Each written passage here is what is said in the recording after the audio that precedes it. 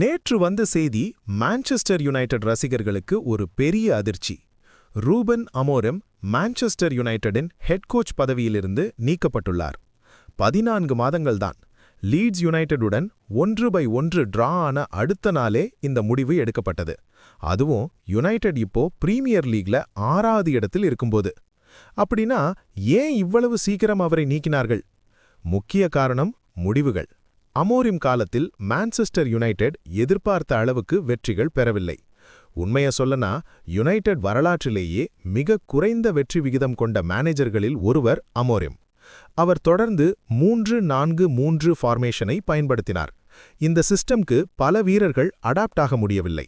பயிற்சி செஷன்கள் ரொம்ப சிம்பிளா இருந்ததாகவும் அணி அதிகமாக கோல்ஸ் கன்சீட் செய்ததாகவும் விமர்சனங்கள் வந்தன. மைதானத்தில் பிரச்சனை இருந்தது போல மைதானத்திற்கு வெளியிலும் பெரிய பிரச்சனைகள் இருந்தன. டிரான்ஸ்ஃபர் விஷயத்தில் அமோரிம் மற்றும் கிளப் நிர்வாகம் இடையே கருத்து வேறுபாடு ஏற்பட்டது. அமோரிம் பெரிய மாற்றங்கள் வேண்டும் என்றார். ஆனால் போர்டு மெதுவான மாற்றமே போதும் என்று நினைத்தது. இதனால் உள்ளகமாக டென்ஷன் உருவானது. மேலும் அவர் பிரஸ் மீட்களில் அணியின் மென்டாலிட்டி மற்றும் லீடர்ஷிப் பற்றி திறந்த வெளியில் பேசினார். உள்ளக தகவல்கள் படி இந்த கிளப் சரியாக இல்லை என்று அமோரிம் உணர்ந்ததாக கூறப்படுகிறது.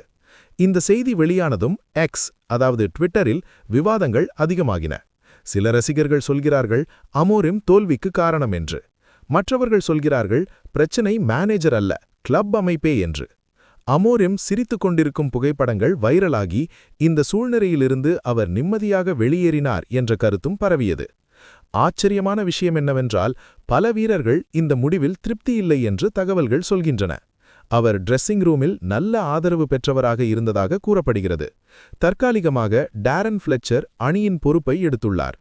அடுத்த நிரந்தர மேனேஜர் யார் என்ற கேள்வியும் இப்போ எழுந்துள்ளது. ஆலிவர் கிளாஸ்னர் போன்ற பெயர்கள் பேசப்பட்டு வருகின்றன. ஆனால் முக்கியமான கேள்வி இதுதான்: மேனேஜரை மாற்றினால் மட்டும் மான்செஸ்டர் யுனைடெட் சரியாகுமா? இல்ல பிரச்சனை அணியின் உள்ளே ஆழமாக இருக்கிறதா? ரூபன் அமோரிம் தான் தவறா அல்லது மான்செஸ்டர் யுனைடெட் ஒரு புரோக்கன் கிளப்பா? உங்கள் கருத்தை கமெண்டில் பகிருங்கள்.